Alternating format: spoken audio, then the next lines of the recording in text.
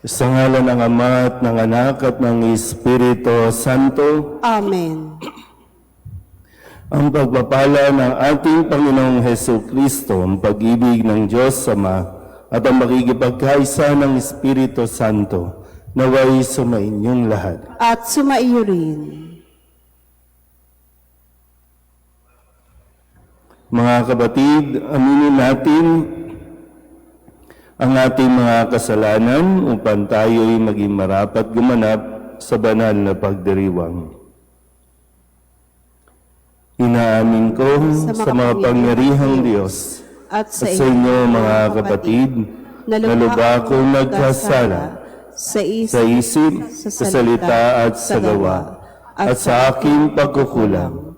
Kaya isinasamo ko sa mahal na Birheng Maria, sa lahat ng mga anghel at mga banal, at sa inyo mga kapatid, na ako'y panalangin sa Panginoong ating Diyos.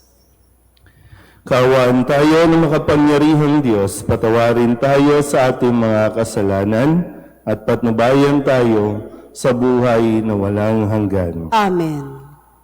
Panginoon, kaawaan mo kami. Panginoon, kaawaan mo kami.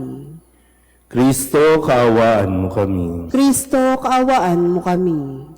Panginoon, kaawaan mo kami. Panginoon, kaawaan mo kami. Manalangin tayo. Ama naming makapangyarihan, ang aming kalooban ay lagi mong hubugin sa pagganap ng mga mabubuting gawain upang sa aming pagpupunyaging kamtin ang iyong bigay, mapagsikapan namin sapitin ang pagkabuhay kailanman sa pamamagitan ni Jesucristo kasama ng Espiritu Santo magpasawalang hanggan. Amen.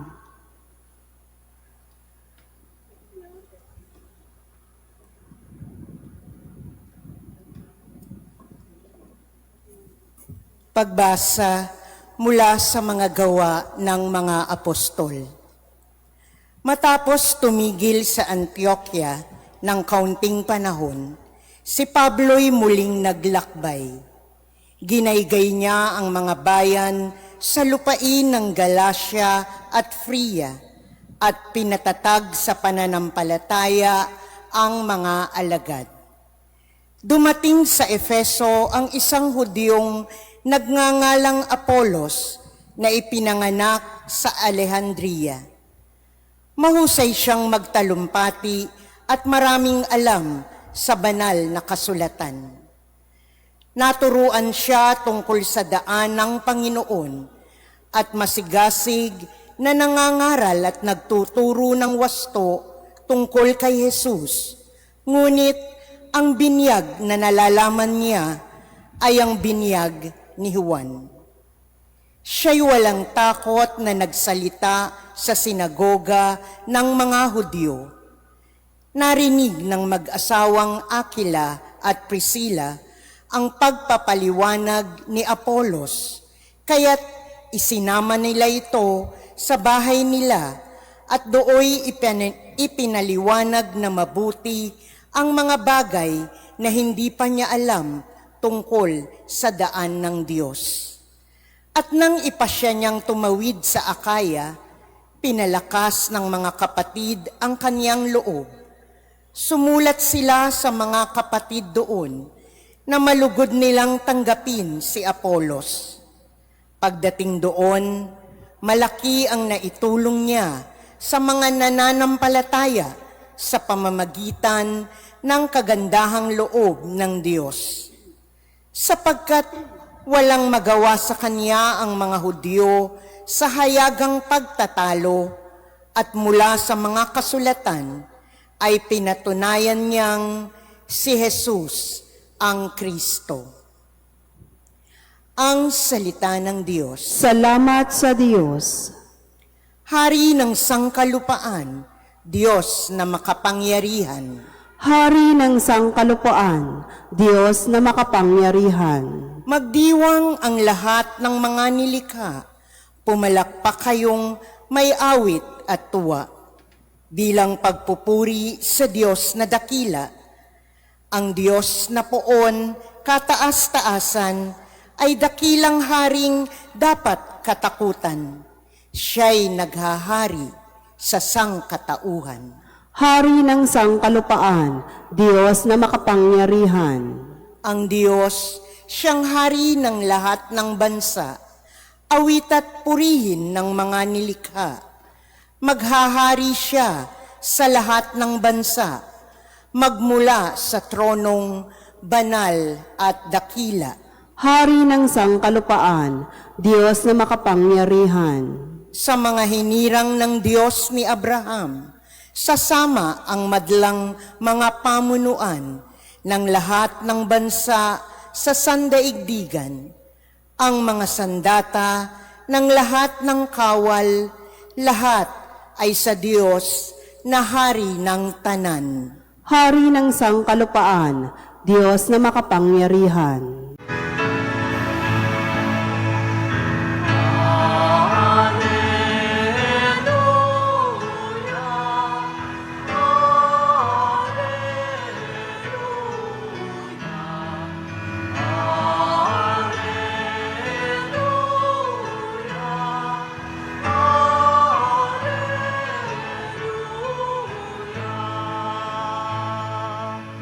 Mula sa Ama si Kristo at naparito sa mundo, nang sa langit dalhin tayo.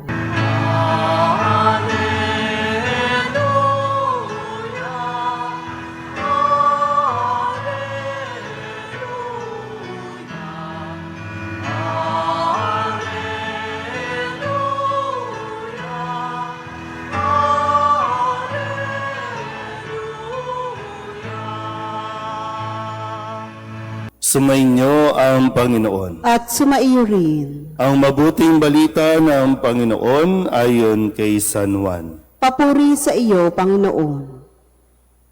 Noong panahong iyon, sinabi ni Jesus sa kanyang mga alagad, "Tandaan ninyo, anumang hingin ninyo sa Ama, sa aking pangalan, ay ibibigay niya sa inyo. Hanggang ngayon, wala pa kayong hinihingi sa Kanya sa pangalan ko. Humingi kayo at kayo'y tatanggap upang malubos ang inyong kagalakan. Ang mga ito'y sinabi ko sa inyo ng patalinghaga, subalit darating ang panahon na hindi na ako magsasalita sa inyo ng gayon. Tuwiran ko nang sasabihin sa inyo ang tungkol sa Ama. Sa araw na yaoy, ihingi kayo sa Kanya sa aking pangalan, at hindi ko sinasabi sa inyo na dadalangin ako sa Ama para sa inyo, sapagkat iniibig nga kayo ng Ama. Iniibig niya kayo sapagkat ako'y iniibig ninyo, at naniniwala kayong nagmula ako sa Diyos. Ako'y mula sa Ama at naparito sa sanlibutan. Ngayon, aalis ako sa sanlibutan at babalik sa Ama." Ang mabuting balita ng Panginoon. Pinupuri ka namin, Panginoong Heso Kristo. Isang magandang umaga po sa inyong lahat. Matapos natin marinig at mapagnilayan ang mga turo ng ating Panginoong Jesucristo tungkol sa utos ng pag-ibig. No? Ito yung naging daloy ng kanyang mga paalala at mga habilin sa kanyang mga alagad. No? Lalo tigin dahil nga nalalapit na ang kanyang pamamaalam, nalalapit na ang kanyang pag-akyat muli sa langit. Dahil bukas, kaya nga sa dulong bahagi, sabi niya, ako'y mula sa Ama at ako'y aalis na sa sanlibutan ito. At bukas natin ito maririnig. Kung tutusin, ito ay yung 40 days. Ito ay tumapat nung Huwebes, pero para nga mas ma-highlight at mabigyan ng pansin ng maraming mga mananampalataya kung kaya't ito ay minumove sa araw ng linggo. So, bago po yan, atin na po munang balikan ang ilan sa mga iniwan sa ating mga habilin at huling mga turo ni Jesus sa kanyang mga alagad habang siya ay naririto pa sa lupa. At ipinakilala niya muli ang patnubay. Nung Lunes, sinabi ni Jesus sa kanyang mga alagad, ngunit ang patnubay, ang espiritu ng katotohanan, ang paparito sa Ama. So bahagi ito ng kanyang pamamaalam, pero yun nga para hindi malungkot, no, at mabuhay sa kalungkutan ng mga alagad na sinabi niyang may darating. At pagalis niya, saka palang darating ang patnubay.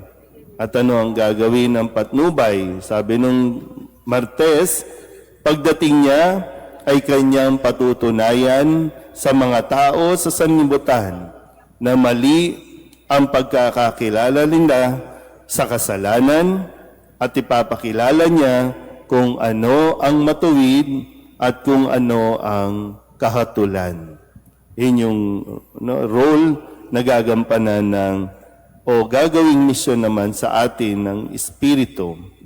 Noong Miyerkules, ang sabi din ni Kristo, pagdating ng Espiritu ng katotohanan, tutulungan niya kayo upang maunawaan ninyo ang buong katotohanan. Rin mo yun, no? Ang mensahe ng Ama, inihatid ng anak, at para lubusan itong mag-sink in, kailangan ng Espiritu ng katotohanan o ang ikatlong persona, ang Espiritu Santo. Nung Huwebes, kaya muli sinabi niya, matapos ipakilala ang patnubay, ibinigay niya ulit ang pinakamahalagang utos. Sabi niya, ito ang aking utos, mag-ibigan kayo gaya ng pag-ibig ko sa inyo. Kahapon, ang sabi ni Kristo, matitigib kayo ng kalungkutan, subalit ito'y magiging kagalakan. Normal naman po, no, nasa paghihiwalay, may mararanasang kalungkutan. Kung pwede nga lang, huwag na tayong maghiwalay. Sa inyong mga mag-asawa, kung pwede nga lang, sabay kayong mawala o hindi pwedeng at ayaw ninyong mauna ang isa at may iwan ang isa. Pero sadyang may kanya-kanyang panahon, may kanya-kanyang oras na kailangan mauna muna siya. At sinabi naman ni Kristo, no, bakit siya mauuna? Para ipaghanda tayo ng silid. At kapag handa na, sabi niya, babalik siya at kukunin tayo. Pero habang inihahanda yon, huwag nating kalimutan yung utos na mag-ibigan. At ngayon, sa huling pagkakataon, sinasabi ni Kristo, tandaan ninyo, anuman ang hingin ninyo sa Ama, sa aking pangalan, ay ibibigay niya sa inyo. Siyempre, kalakip niyan na sa tuwing babanggitin natin ang pangalang ni Jesus, ay kasama dyan kalakip niyan ang pananampalataya. Maraming pwedeng gumamit ng pangalan ni Jesus. Marami ang nagpapakilala sa pangalan ni Jesus.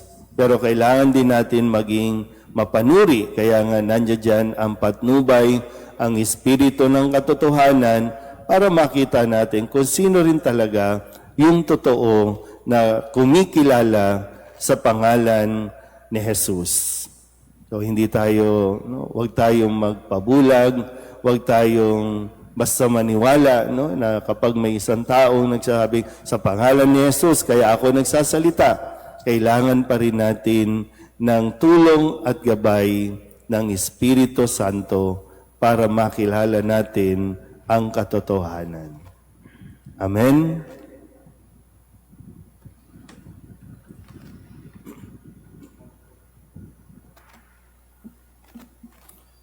Inaanyayahan tayo ni Jesus na ilapit ang ating mga kahilingan sa Ama sa pamamagitan niya at tinitiyak niya ang ating madaramang kagalakan bilang tugon sa ating mga panalangin. Ang ating pong itutugon, Panginoon, dinggin mo ang aming panalangin. Panginoon, dinggin mo ang aming panalangin.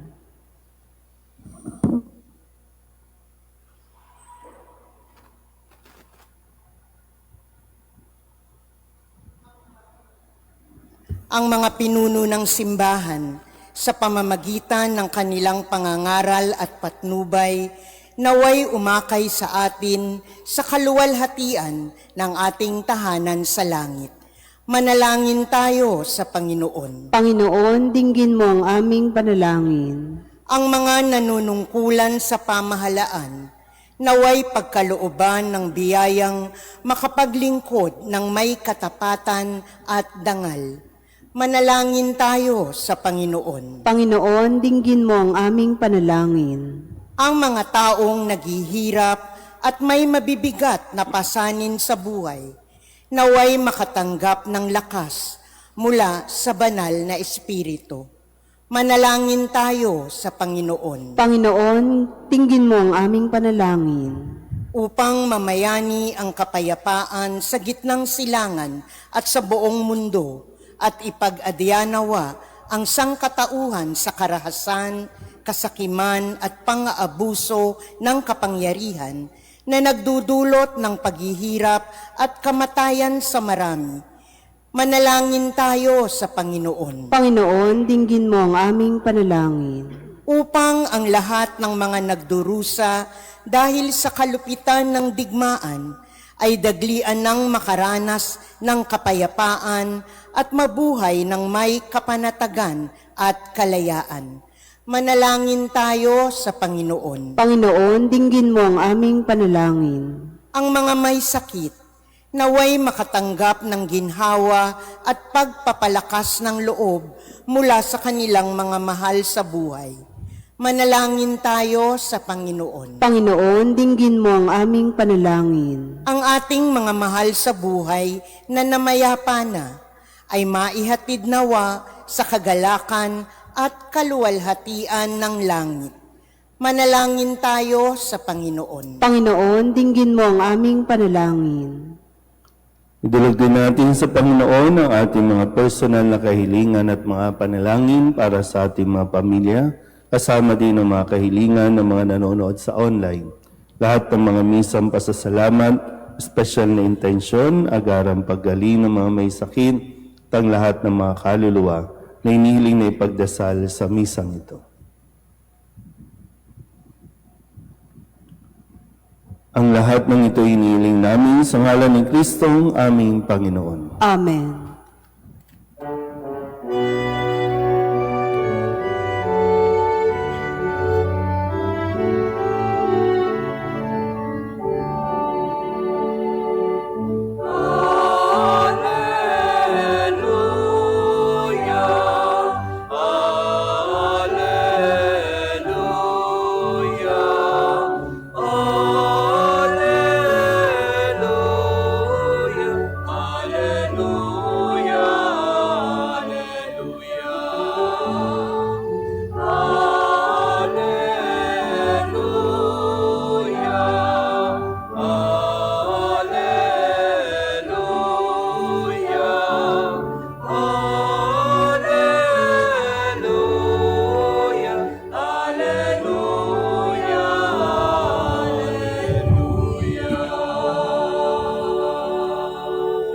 Manalangin kayo mga kapatid upang paghahain natin ikalugdan ng Diyos amang makapangyarihan. Tanggapin nawa ng Panginoon itong paghahain sa iyong mga kamay, sa kapurihan niya at karangalan, sa ating kapakinabangan at sa buong sambayanan niyang banal. Ama namin lumikha, para mo ng awa, gawin mong banal ang mga alay naming iyosanang kalugdan, at kami gawin mong hain sa iyo'y laging nakalaan sa pamamagitan ni Jesucristo kasama ng Espiritu Santo magpasawalang hanggan. Amen. Sumainyo ang Panginoon. At sumaiyo rin. Itaas sa Diyos ang inyong puso at diwa. Itinaas na namin sa Panginoon. Pasalamatan natin ang Panginoong ating Diyos. Marapat na siya ay pasalamatan.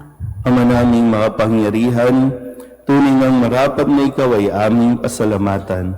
Nasa iyo ang aming buhay, pagkilos at pag-iral. Sa pamumuhay namin araw-araw, tinatamasa namin ng iyong pagmamahal. Sa pag-ibig mong ipinunla sa sangkatauhan, ang Espiritu Santo'y unang aming bigay ng anak mong naglagak sa amin ng katiyakang nakalaang mabuhay kami sa piling mo kailanman. Kaya kaysa ng mga anghel ang nagsisiawin ng papuri sa iyo na walang humpay sa kalangitan, kami nagbubunyi sa iyong kadakilaan.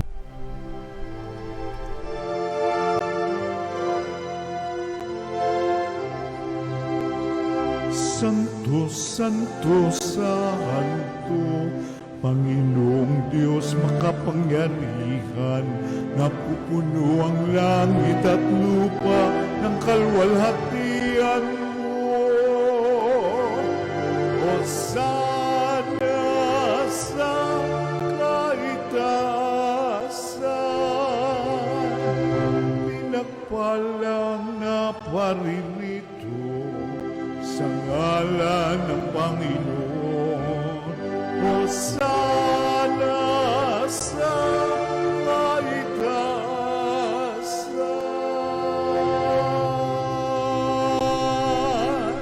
Ama naming banal, ikaw ang bukal ng tanang kabanalan. Kaya't sa pamamagitan ng iyong Espiritu, gawin mong banal ang kaloob na ito upang para sa aming magiging katawan at dugo ng aming Panginoong Heso Kristo. Bago niya pinagtiis ang pusang loob na maging handog, hinawakan niya ang tinapay, binasalamatan kaniya, binaghati-hati niya iyon, iniabot sa kanyang mga alagad at sinabi, "Tanggapin niyo lahat ito at kanin, ito ang aking katawan na ihahandog para sa inyo."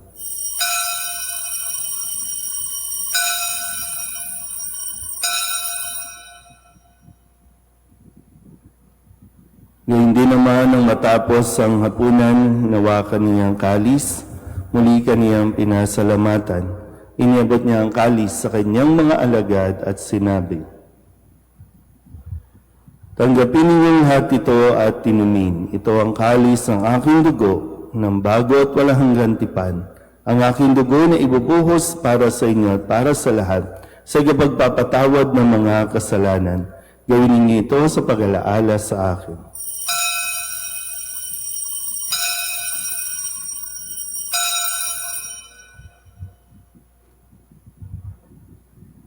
Ipagbunyi natin ang misteryo ng pananampalataya. Si Kristo'y namatay, si Kristo'y nabuhay, si Kristo'y babalik sa wakas ng panahon.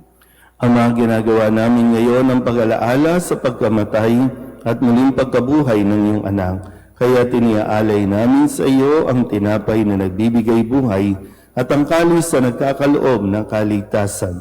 Kami nagpapasalamat dahil kami iyong minarapat na tumayo sa harap mo para maglingkod sa iyo. Isinasamo namin kami magsasalo-salo sa katawan at dugo ni Kristo ay mabuklod sa pagkakaisa sa pamamagitan ng Espiritu Santo. Ama, lingapin mo ang iyong simbahang laganap sa buong daigdig. Puspusin mo kami sa pag-ibig kaysa ni Leon na aming Papa at ni Jose na aming Obispo at ng Tanang Kaparian. Alalahanin mo rin ang mga kapatid naming nahimlay na may pag-asang sila'y muling mabubuhay, gayon din ang lahat ng mga pumanaw. Kawaan mo sila at patuloyin sa iyong kaliwanagan. Kawaan mo at pagindapating kaming lahat na makasalo sa iyong buhay na walang wakas. Kaysa ng mahal na Birhen Maria na ina ng Diyos, ng kabiyak ng puso niyang si San Jose, kaysa ng mga apostol at ng lahat ng mga banal na namuhay dito sa daigdig ng kalugod-lugod sa iyo, may pagdiwang nawa namin ang papupuri sa ikararangal mo sa pamamagitan ng iyong anak na aming Panginoong Heso Kristo. Sa pamamagitan ni Kristo, kasama niya sa Kanya, ang lahat ng parangal at papuri ay sa iyo, Diyos amang makapangyarihan, kasama ng Espiritu Santo, magpasawalang hanggan.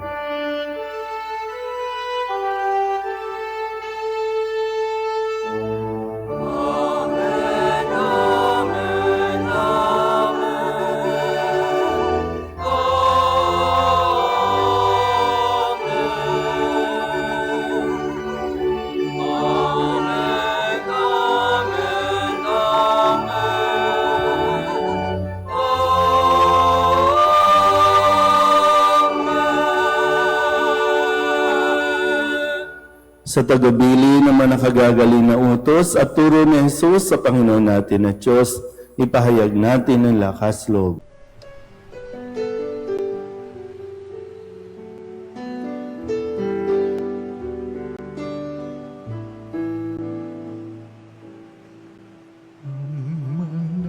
namin sumasalang ka, sambahin ang ngalan mo, mapasamin ang kaharian mo, sundin ang loob mo. Dito sa lupa para nang sa langit, bigyan mo po kami ngayon ng aming kakanin sa araw-araw at patawarin mo kami sa aming mga sala, para ng pagpapatawa namin sa nagkakasala sa amin. At huwag mo kaming ipagdulot sa tukso, at yadya mo kami sa lahat ng masama. Hinihiling namin kami iadya sa lahat ng masama, pagkalooban ng kapayapaan araw-araw, iligtas sa kasalanan at ilayo sa lahat ng kapahamakan, samantalang aming pinananabikan ang dakilang araw ng pagpapahayag ng tagapagligtas namin si Jesucristo. Sapagkat iyo ang kaharian at ang kapangyarihan at ang kapurihan magpakailanman. Amen. Panginoong Jesucristo, sinabi mo sa iyong mga apostol, kapayapaan ang iniiwan ko sa inyo, ang aking kapayapaan ang binibigay ko sa inyo. Tunghayan mo ang aming pananampalataya at huwag ang aming mga pagkakasala. Pagkalooban mo kami ng kapayapaan at pagkakaisa ayon sa iyong kalooban, kasama ng Espiritu Santo, magpasawalang hanggan. Amen. Ang kapayapaan ng Panginoon ay laging sumainyo. At sumaiyo rin. Mabigayan tayo ng kapayapaan sa isa't isa.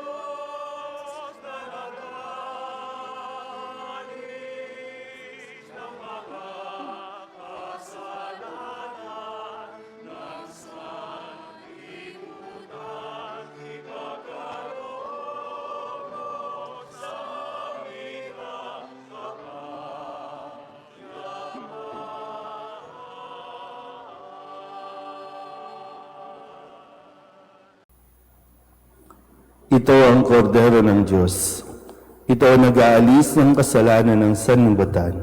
Mapalad ang mga inaanyayahan sa kanyang piging. Panginoon, hindi ako karapat-dapat na magpatuloy sa iyo, ngunit sa isang salita mo lamang ay gagaling na ako.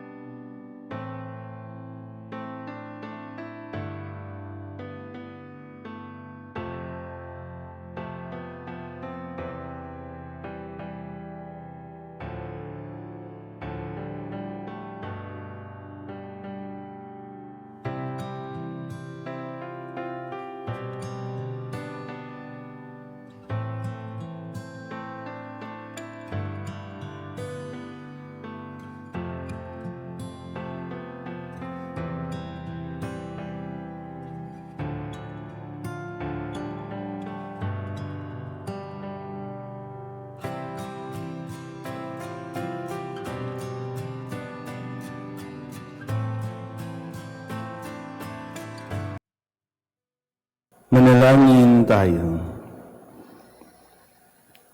Ama naming mapagmahal, sa pinagsaluhan naming banal na pakikinabang, ang aming nawang pag-ibig ay lalong madagdagan ng ginawa namin sa pag-alala sa anak mong mahal na nag-utos ipagdiwang ang muling hapunan sa pamamagitan niya kasama ng Espiritu Santo magpasawalang hanggan. Amen. Sumainyo ang Panginoon. At sumaiyo rin. At pagpalain kayo ng makapangyarihang Diyos, Ama at Anak, at Espiritu Santo. Amen. Tapos ang banal na misa, humayo tayo sa kapayapaan ni Kristo. Salamat sa Diyos. Magandang umaga po.